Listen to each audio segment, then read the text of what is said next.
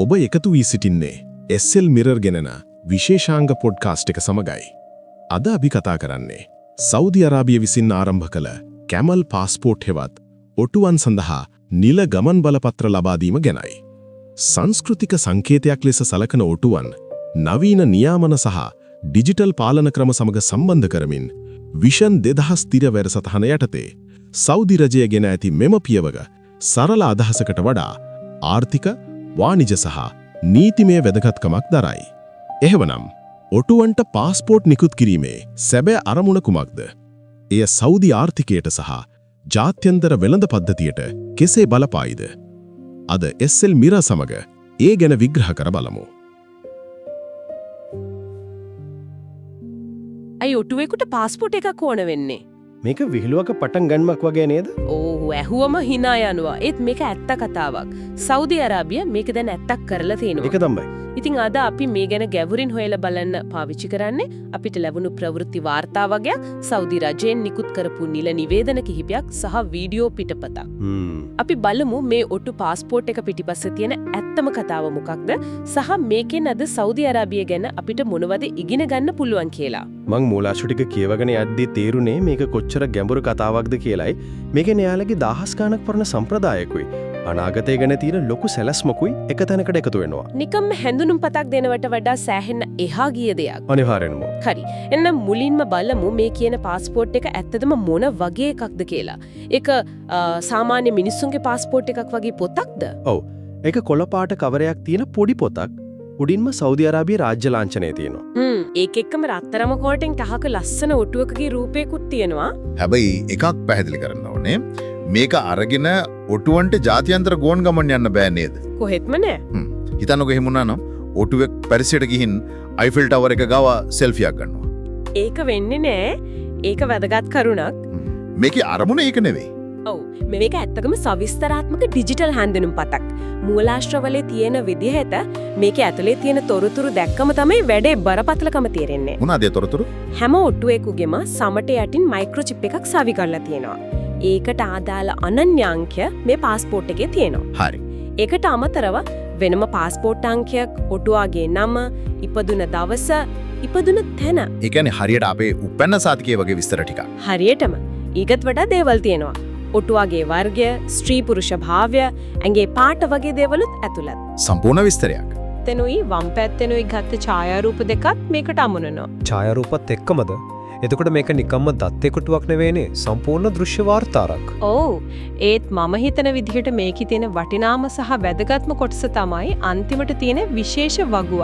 ඒ මොකද්ද? ඒකේ තමයි ඔටුවට දීපු හැම එන්නතක් ගැනම විස්තර පශු වෛද්‍යවරයාගේ නම, අත්සන සහ නිල මුද්‍රාවත් එක්ක සටහන් කරන්නේ. ඒ කියන්නේ සම්පූර්ණ වෛද්‍ය වාර්තාවක්. සරලවම කිව්වොත් මේක ඔටුවාගේ උපැන්න සහතිකය, වෛද්‍ය වාර්තාව සහ අයිතිය තහවුරු කරන ඔප්පුව කියන තුනම එකට එකතු කරපු ඩිජිටල් ලියවිල්ල. එතකොට මෙච්චර සවිස්තරාත්මක ලොකු ව්‍යාපෘතියක් ක්‍රියාත්මක කරන්න හේතුව මොකද්ද? මූලාශ්‍රවල කියන විදිහක සෞදිය ඔටුවන් මිලියන 2 පැනලා ඉන්නවා. මිලියන 2.2ක් විතර. ඉතින් ඒ හැමෝටම මේ වගේ වාර්තාවක් හදන එක ලේසි වැඩක් නෙවෙයිනේ. ප්‍රධාන හේතු කිහිපයක් තියෙනවා. මතු පිටින් පේන පළවෙනි හේතුව තමයි ඔබ කිව්වා වගේ මේ විශාල සත්තු ගහණයට හරියටම දත්ත ගබඩාවක් හදන එක. හයි. ඒ හරහා ඔටුවන් විකිණීම, මිලදී ගැනීම සහ ප්‍රවාහනය නියාමනය කරන්න ලේසි. ඒ වගේම නිල නොවන වාර්තාව අනුව ඉන්න අයිතිකරුවන් 80000ක් විතර ඉන්නවා. 80000ක්? ඔව්. ඉතින් ඒ අයගේ අයිතිවාසිකම් ආරක්ෂා කරන්නත් මේක උදව් වෙනවා. ඒ කියන්නේ සොරකම් කිරීම, අයිතිය ගැන ආරවුල් වගේ දේවල් අඩු කරගන්න මේක උදව්වක් වෙනවා. අනිවාර්යෙන්ම. ඒත් ඊට වඩා ගැඹුරු ආර්ථික හේතුවකුත් තියෙනවා. ඒ මොකද්ද? මූලාශ්‍රවල තියෙන රජයේ නිවේදනවල පැහැදිලිවම කියනවා දේශීය සහ ජාත්‍යන්තර වෙළඳපොළවල තුල මේ කර්මාන්තයේ විශ්වාසනීයත්වයේ ගොඩනැගීම ප්‍රධාන අරමුණක් කියලා. ඒ කොහොමද වෙන්නේ? හිතන්න ඔටුවෙක් මිලදී ගන්න කෙනෙකුට ඒ සතාගේ සම්පූර්ණ ඉතිහාසය, ලෙඩ රෝග හැදිලාද, අවශ්‍ය එන්නත් දීලාද කියන හැමදේම තහවුරු කරගන්න පුළුවන් නම් ගනුදෙනුවේ විනිවිදභාවය ගොඩක් වැඩි වෙනව නේද? හරියටම ඒකෙන් කර්මාන්තයට ලොකු වටිනාකමක් එකතු වෙනවා. හරි. ඒක ව්‍යාපාරික පැත්තෙන් බැලුවම තේරෙනවා.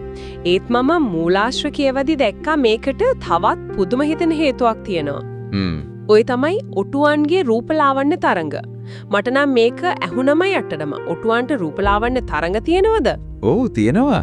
ඒ වගේම ඒ තරඟ හිතනවට වඩා ගොඩක් බරපතලයි. බරපතලයි කිව්වේ? මේවා නිකන් ගමේ සල්පිලක තියෙන තරඟ වගේ නෙවෙයි. ත්‍යාග මුදල් ඩොලර් මිලියන ගණන් වෙනවා. මිලියන ගණන්. ඔව්.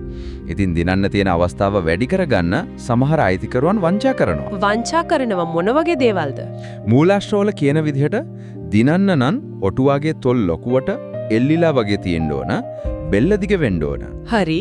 ඉතින් සමහර අය ඔටුවන්ගේ තොල් ලොකු කරන්න, හක්කේ හැඩය වෙනස් කරන්න, මිනිස්සුන්ට පාවිච්චි කරන බොටොක්ස් එන්නත් පවා පාවිච්චි කරනවා. ඇත්තටම ඔටුවන්ට බොටොක්ස් ගහනවා කියන එක විහිළුවක් වගේ නෑන්නේ. ඒක ඇත්ත. මේක හරියට ඔටුවන්ගේ රූපෙලාවන්න සැත්කම් වගේ වැඩක්නේ. හරියටම ඒක තමයි වෙන්නේ. බලධාරීන් මේක නවත්තන්න කොච්චර උත්සාහ කළත් හොරෙන් මේ දේවල් සිද්ධ වුණා. ඉතින් මේ પાස්පෝර්ට් එකෙන් එක නවතින්නේ කොහොමද? දැන් මේ ක්‍රමය ආවම ඔටුවෙක් ඉපදුණු ගමම්ම ඌව ඩිජිටල් විදියට ලියාපදිංචි කරලා ඡායාරූප අරගෙන එයාගේ ස්වභාවික පෙනුම වාර්තාගත කරනවා. හරි. ඊට පස්සේ එකපාරටම තරංගයක් කිට්ටු වෙද්දි තොල් ලොකු වුණොත් අහුවෙනවා. ඒක තමයි මේක පිටිපස්සේ තියෙන එක ප්‍රායෝගික විසඳුමක්. ඒක නම් හරිම බුද්ධිමත් විසඳුමක්. මේක නිකම්ම නීතියක් පනවන වගේ නෙවෙයි ඇත්තකම තියෙන ප්‍රශ්නයකට තාක්ෂණයේ විසඳුමක් තියලා. හැබැයි මේ කතාව ව්‍යාපාර නීති රීති සහ බොටොක්ස් වලට විතරක් සීමා වෙන්නේ නෑ නේද?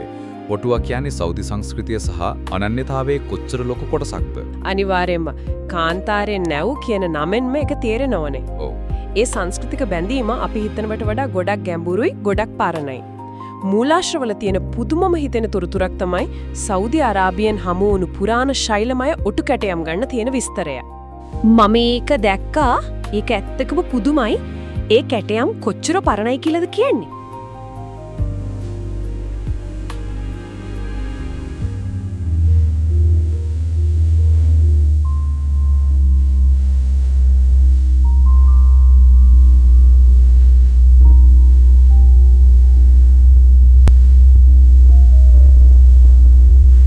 සමහර පරිවේක්ෂණවලට අනුව මේවා අවුරුදු 7000ක් 8000ක් විතර පරණයි.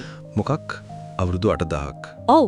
ඒ කියන්නේ ඊජිප්තුවේ ගීසා පිරමීඩ හදන්නත් කලින්. පිරමීඩ වලටත් වඩා පරණයි. ඒ කියන්නේ අපි මේ කතා කරන්නේ මනුෂ්‍ය ශිෂ්ටාචාරයේ මුල්ම කාලේ ඉඳන් එන සම්බන්ධයක් ගැන. ඔව්. ඒ වගේම විද්වතුන් විශ්වාස කරන විදිහට ඒ කාලේ අරාබිය අර්ධද්වීපය අද වගේ වියලි කාන්තාරයක් නෙවෙයි. එහෙමද? ඔව්. වැව්, ගංගා, ටනබිම් තිබුණු වඩාත් හරිත පැහැයක්ගත්තු ප්‍රදේශයක්.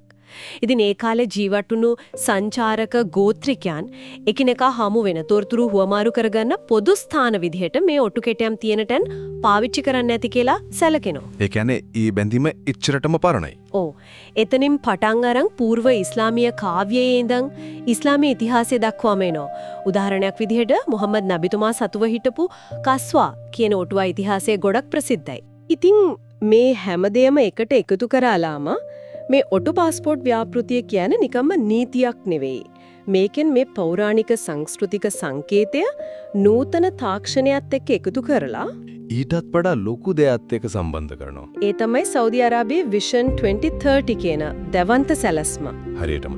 අපි මේක විශාල චිත්‍රයේ ඇතුලේ තියලා බැලුවත් මේ પાස්පෝර්ට් ක්‍රමය කියන්නේ ඒ විෂන් 2030 සැලැස්මේ එක කුඩා නමුත් ඊටාම වැදගත් පියවරක්. ඒ සැලැස්මේ ප්‍රධානම අරමුණක් තමයි රටේ ආර්ථිකය තෙල් මත යැපීමෙන් ගලව ගන්න එක නේද? ඔව්. ආර්ථිකයේ විවිධ අංශවලට යොමු කිරීම. ඉතින් බලාපොරොත්තු වෙනවා ඔටුවන් ආශ්‍රිත කර්මාන්තයත් අනාගතයේදී ප්‍රධාන ආදායම් මාර්ගයක් බවට පත් කරන්න.